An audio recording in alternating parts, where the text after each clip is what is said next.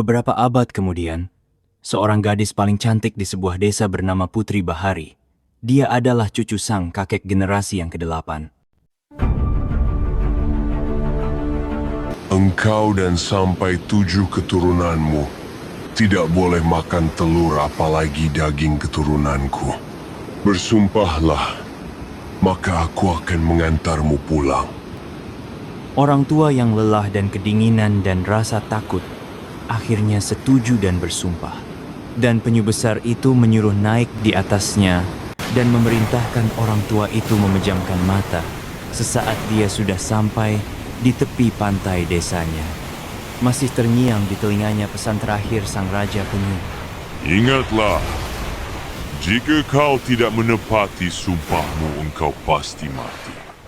Dengan perasaan sedih dan bingung dia bergegas ke rumah, mengamankan telur-telur penyu yang tersisa, melepaskan induk penyu yang telah lama dipelihara, juga anak penyu yang baru menetas.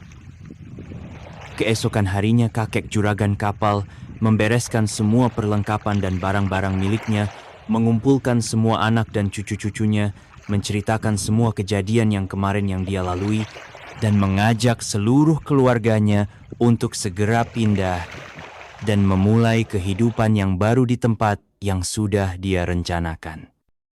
Namun demikian, ada seorang cucunya yang mulai beranjak dewasa enggan ikut karena sudah merasa nyaman tinggal di desa nelayan tersebut dan hobinya memancing ikan untuk menghasilkan uang. Walau sudah dinasehati sang kakek, dia tidak peduli dan hanya mengangguk kecil ketika dipesan untuk tidak makan telur mengganggu habitat penyu. Pak Tua juragan kapal yang telah lama mengarungi lautan dan mengumpulkan harta, memutuskan untuk meninggalkan kehidupan lamanya di tepian pantai. Ia membawa seluruh keluarganya menuju ke pedalaman untuk memulai kehidupan baru. Dengan tekad bulat, mereka meninggalkan deru ombak dan aroma garam yang telah menjadi bagian dari hidup mereka selama bertahun-tahun. Perjalanan panjang dan melelahkan membawa mereka melewati hutan lebat dan sungai-sungai yang deras. Namun, semangat Pak Tua dan keluarganya tidak pernah pudar. Mereka yakin bahwa kehidupan baru yang menanti di depan akan membawa kebahagiaan dan kemakmuran bagi seluruh keluarga. Mereka akhirnya tiba di sebuah lembah yang subur. Pak Tua tersenyum melihat pemandangan indah itu dan berkata, "Disinilah kita akan memulai hidup baru, anak cucuku.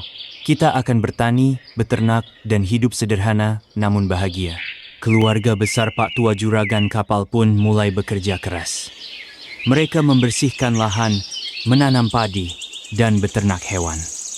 Lambat laun, kehidupan baru mereka mulai berkembang. Anak-anak dan cucu-cucu Pak Tua tumbuh sehat dan kuat, bermain di sawah dan hutan sekitar. Pak Tua sering duduk di bawah pohon rindang, menatap keluarganya dengan rasa bangga dan bahagia. Ia tahu bahwa keputusan untuk meninggalkan kehidupan lama di pantai adalah pilihan yang tepat. Suatu hari, Pak Tua mengumpulkan seluruh keluarganya. Ia menyampaikan pesan penting. "Anak cucuku, ingatlah bahwa kehidupan baru ini kita bangun bersama. Jaga selalu kebersamaan dan harmoni dalam keluarga.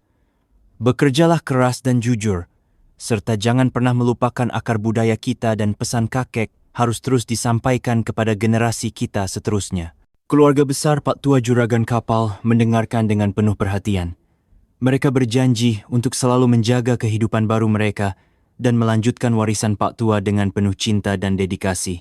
Dan begitulah, kehidupan baru mereka di pedalaman terus berkembang, dikelilingi oleh kebahagiaan dan keharmonisan keluarga.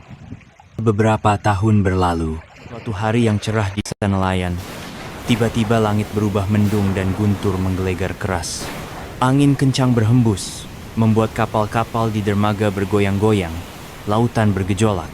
Demikian juga di desa sang kakek juragan kapal yang bijak, yang telah lama menjaga tradisi dan sumpah leluhur, merasakan ada sesuatu yang tidak beres. Tiba-tiba terdengar keras di telinganya suara yang tak asing baginya. Engkau telah melanggar sumpahmu. Tiba-tiba dia menyadari bahwa cucunya, yang dulu telah bersumpah untuk tidak makan telur dan daging penyu, ternyata telah melanggar sumpah itu. Juragan kapal merasa sedih dan khawatir. karena dia tahu bahwa pelanggaran sumpah itu dapat membawa malapetaka bagi keluarga dan desa mereka. Guntur yang keras dan alam yang berubah menjadi tanda. Kakek juragan kapal memutuskan untuk melakukan sesuatu untuk memperbaiki keadaan dan mengembalikan keseimbangan alam. Tapi, apa yang akan dia lakukan? Sementara itu cucu sang kakek berjuang di lautan mempertahankan muatan kapalnya yang penuh dengan telur penyu, tergiur harga telur penyu yang mahal dan langka di pasaran. Hari itu, hari pertama sang cucu ingin meneruskan pekerjaan kakeknya yang dikenal sebagai pengusaha telur penyu yang sukses. Walaupun ingat pesan sang kakek, namun rasa penasaran dan sedikit tidak percaya ditambah kerinduan makan telur penyu sudah lama ditinggalkan, membuat rasa ingin mencoba dan ingin tahu apa yang akan terjadi. Penyesalan selalu datang terlambat. Seketika alam berubah. Ia melihat di balik jendela. Awan mendung, pertanda badai akan segera datang. Walaupun dengan perasaan bersalah dan memohon ampunan, lautan dengan gelombang yang besar menenggelamkan kapalnya hancur ke dasar lautan. Tidak ada yang selamat.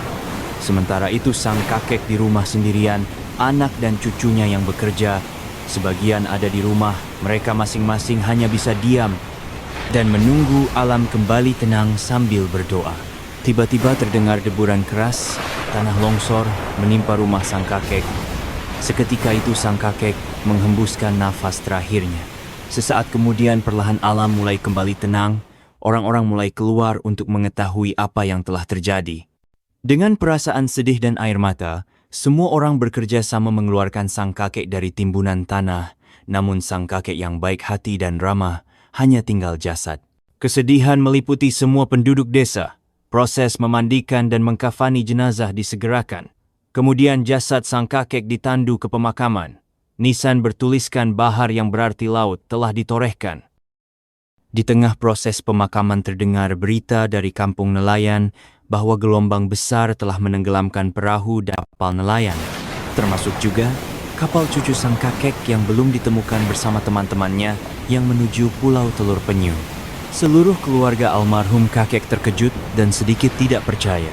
Namun mereka hanya diam tidak membicarakan pesan sang kakek kepada orang lain. Namun di hati terasa nyeri dan sedih. Beberapa hari pencarian orang tenggelam di lautan, namun jasad Fandi cucu almarhum sang kakek tidak pernah ditemukan. Maka keluarga hanya mengira-ngira dalam hati bahwa kutukan telah terjadi. Waktu terus berlalu, generasi berganti generasi. Walaupun pesan sang kakek selalu disampaikan, ada yang masih percaya, ada yang ragu-ragu. Namun mereka yang tidak percaya dan melanggar perjanjian, semuanya mati seketika. Bencana, musibah dan penyakit aneh seperti kulit yang muncul benjolan-benjolan besar dan berbau busuk mengantarkan mereka ke liang kubur. Beberapa abad kemudian, seorang gadis paling cantik di sebuah desa bernama Putri Bahari. Dia adalah cucu sang kakek generasi yang ke-8. Tumbuh dewasa, pintar bergaul, tetapi tetap menjaga kehormatannya juga nama baik keluarganya. Dia menjadi pembicaraan semua remaja di desanya, bahkan desa-desa lainnya, termasuk desa kampung nelayan. Suatu hari Putri berjalan menyusuri pantai pasir putih. Ia menemukan seekor penyu yang terbalik tidak bisa berbuat apa-apa. Dengan sekuat tenaga, membalikkan penyu tersebut kembali agar bisa menuju laut. Ternyata penyu itu akrab bersama, duduk di pantai bahkan berenang bersamanya. Tanpa ia sadari ada mata yang terus memantau dari kejauhan.